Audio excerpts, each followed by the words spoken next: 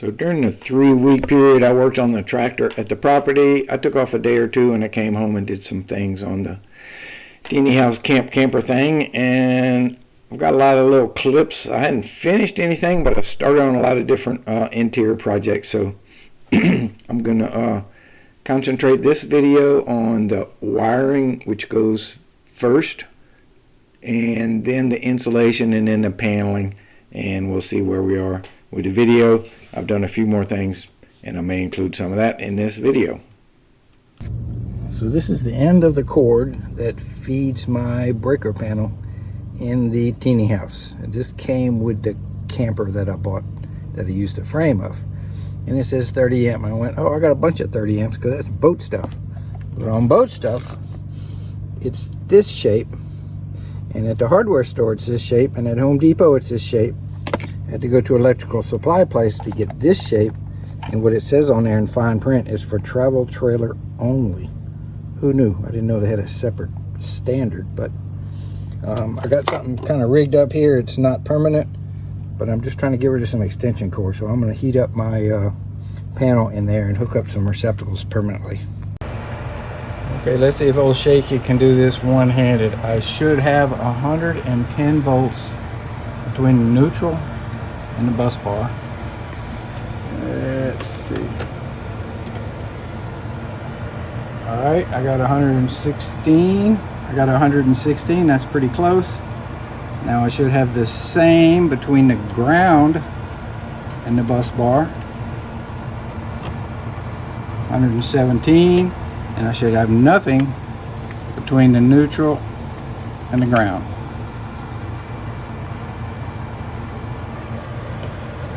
I got 1 volt. Okay, I can live with that. So, I probably would have done myself a favor if I would have labeled these things, but I did not. So I'm going to turn on one of the breakers and see what it does. Okay, breaker's on, and we have a hot wire. Now, so this is hot wire coming into the receptacle. This is hot going to the next receptacle, or it's the switch for the overhead. And this is hot going to the next receptacle, or it's the switch for the overhead. I don't know how to check except to hook them up and test it. So I'm going to put 2 of these together with a wire nut, and then we'll move down and see what happens. Okay, so I wire nutted that together. I'm going to go down here.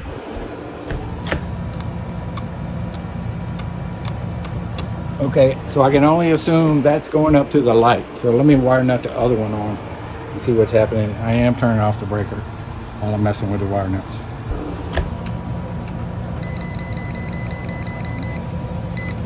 Okay, so this one is hot, and what I need to do is hook this one to one of these two, because that sends power to this receptacle, which I want on. So again, I'm just going to have to wire nut them together, and just, it's going to be trial and error. It shouldn't take place.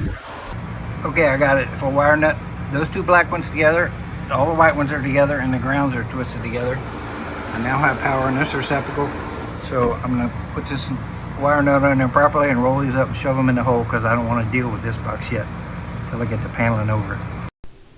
So as I installed paneling, I went ahead and installed receptacles and made them hot, and made sure I didn't have any hot electricity going to unprotected wires ahead of myself. And this is a big convenience, just having some lights and some receptacles that work.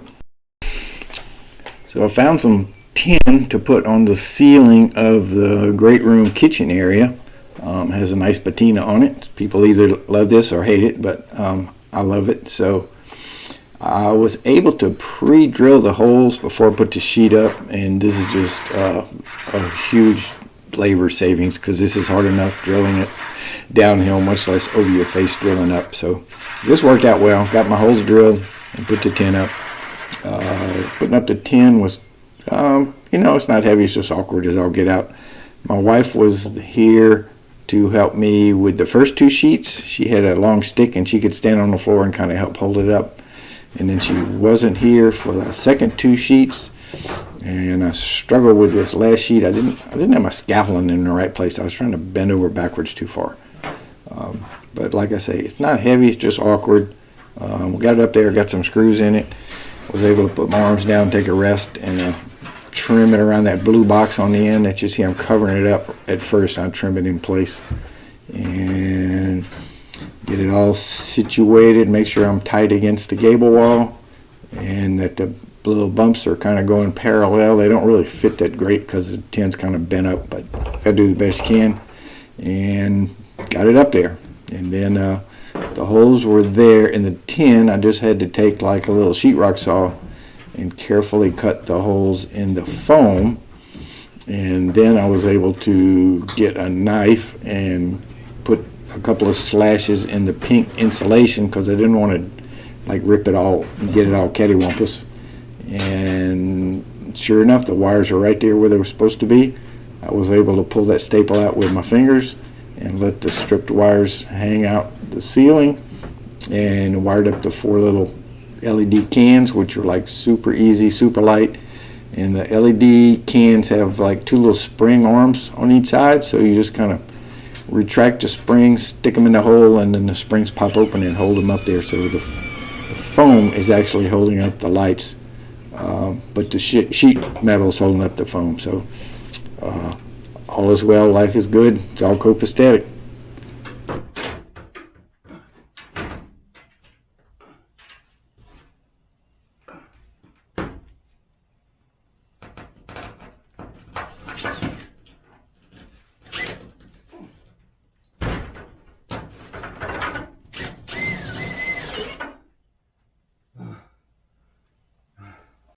So the kitchen and the great room have a ceiling, and it is so hot up there. It must be, I don't know, 120 degrees Fahrenheit. I don't know what that is in Newton meters, but man, it was hot. But I'm going to go ahead and install the lights while I got my little scaffold board, and then I can get all these 2x12s out of here. So it's going to be hot some more because I got to get up there and get to those lights. But I have hit them all in the right spot. I can get to all the wires, so that's good stuff.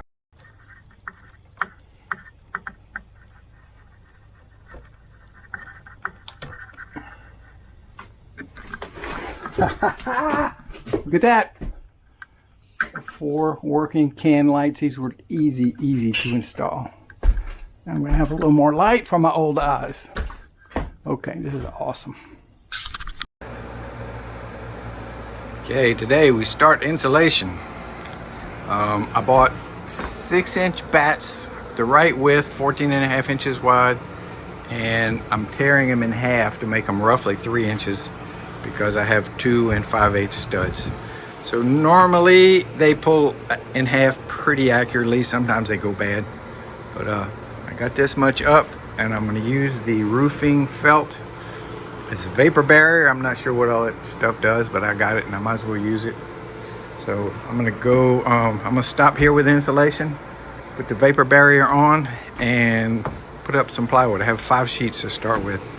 I'm going to rip them 16 inches wide or 15 5/8 wide and just start stacking them up. So all those razor sharp screws that are holding the sheet metal on the outside of the OSB, and they're sticking through, and it made me bleed so many times because it's so hard not to hit them.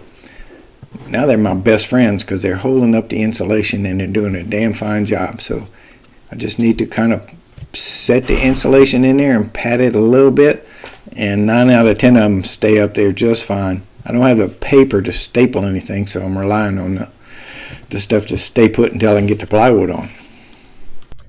My bride was on a tear this week about how much money we're spending, we meaning me, and how we're going to have to dip into savings to pay the bills this month.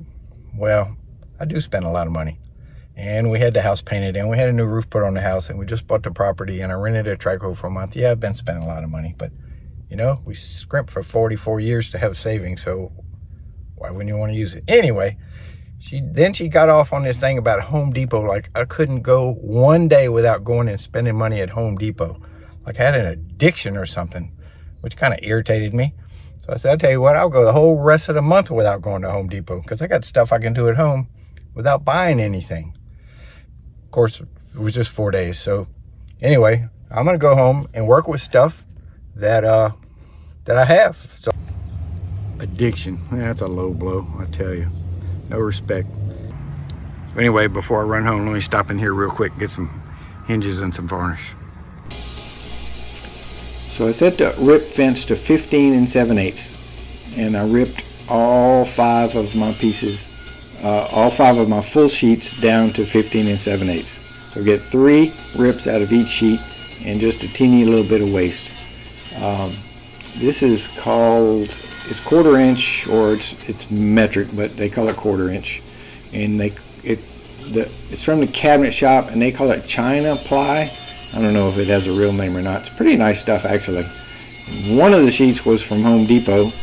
It's the Home Depot product, and it is similar but different, but I don't think one's that much better than the other one. So I just happened to be at the cabinet shop, and I bought this China ply, and it's not made out of little Chinese people, which is kind of a sad thing. Then I put a quick little bevel on all the edges that are going to touch each other. Used a block plane, and can't go very far because the stuff's pretty thin. And then I sanded a little bit so that when I paint, this little line will come out real pretty. Now, one advantage of putting the paneling up in these little rips, and I didn't even think about this till after the fact, is I could cut the end cuts with the miter saw, so I didn't have to deal with a skill saw.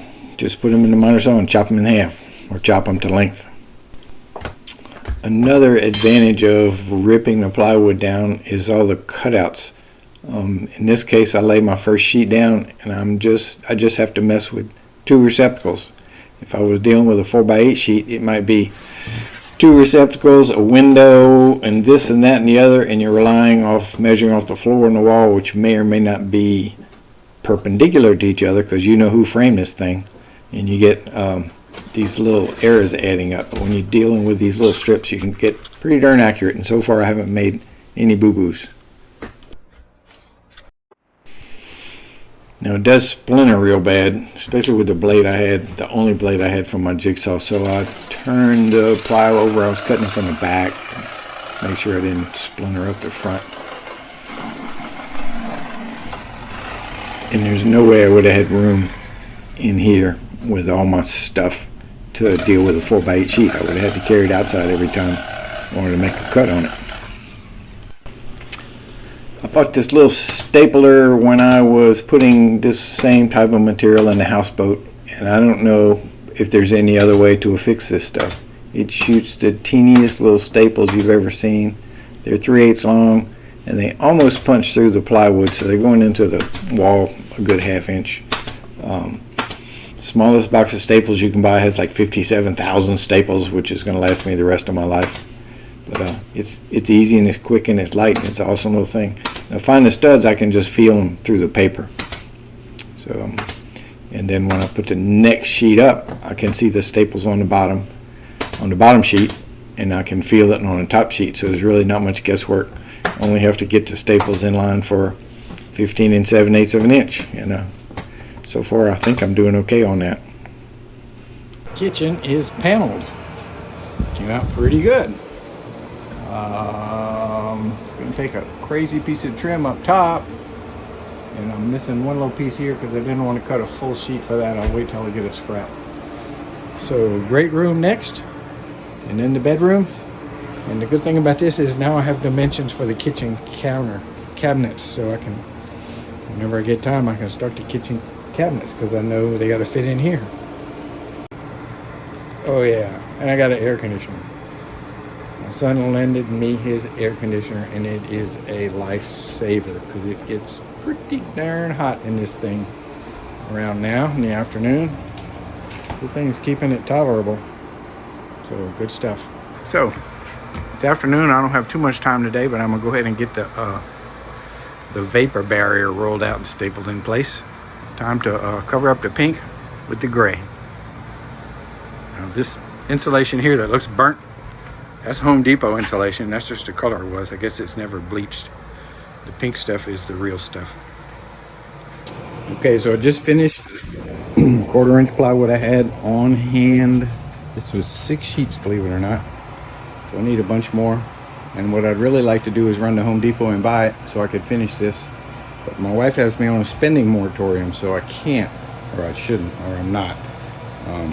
However, I could finish painting the trim in the bathroom, and then I could lay the floor, and then I could finish the vanity because I have the floor and that costs nothing. Or I could build a kitchen cabinet, which I probably have the majority of the material for, so I could get pretty far on it. Or I could trim out these windows and make them more weather tight, which is going to be kind of tedious, which is probably what I'm going to do. The quality control of the framework was pretty poor, so I got all kind of different levels to work with. But it would be nice to get these all finished up before I do the cabinet, so I don't have to bend over the cabinet. And I might even get to the bathroom too. I'd like to put that floor down, but I don't want to put it down until I finish painting. I can't finish painting till I finish caulking, but I don't have much to caulk. So let me caulk first, and then it can be drying, and then maybe later on I'll paint, and maybe later on I'll put the floor down.